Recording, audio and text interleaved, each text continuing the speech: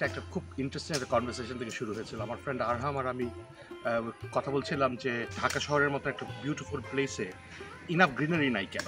And we were talking about যে আরবানাইজেশনের জন্য আমরা অনেক সময় স্যাক্রিফাইস করতে হয় আমাদের গ্রিন লিভিং স্পেসটা, বাট আমরা সবাই তো গ্রিন লিভিং স্পেস চাই।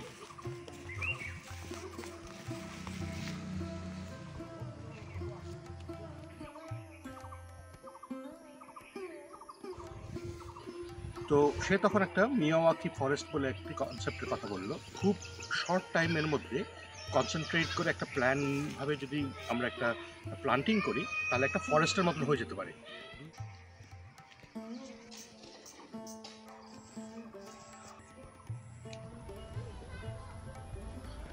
2 বছরের মধ্যে অনেক বড় একটা ফরেস্ট হয়ে যেতে পারে।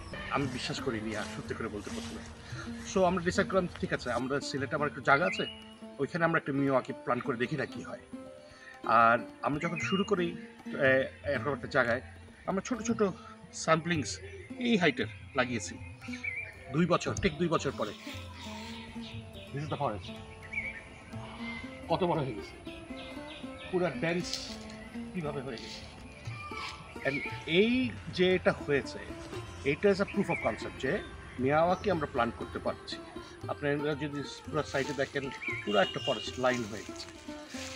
এইভাবে কিন্তু আমরা আরবান এরিয়াতে যদি ঠিক করে প্ল্যান করতে পারি, আমাদের ছোট ছোট কনসেন্ট্রেটেড স্পেসেও আমরা একটা বিরাট এনভায়রনমেন্টাল একটা ইম্প্যাক্ট রাখতে পারবো। সিটির মাঝখানে একটা লিভিং ফরেস্ট এসে যাওয়া যাবে।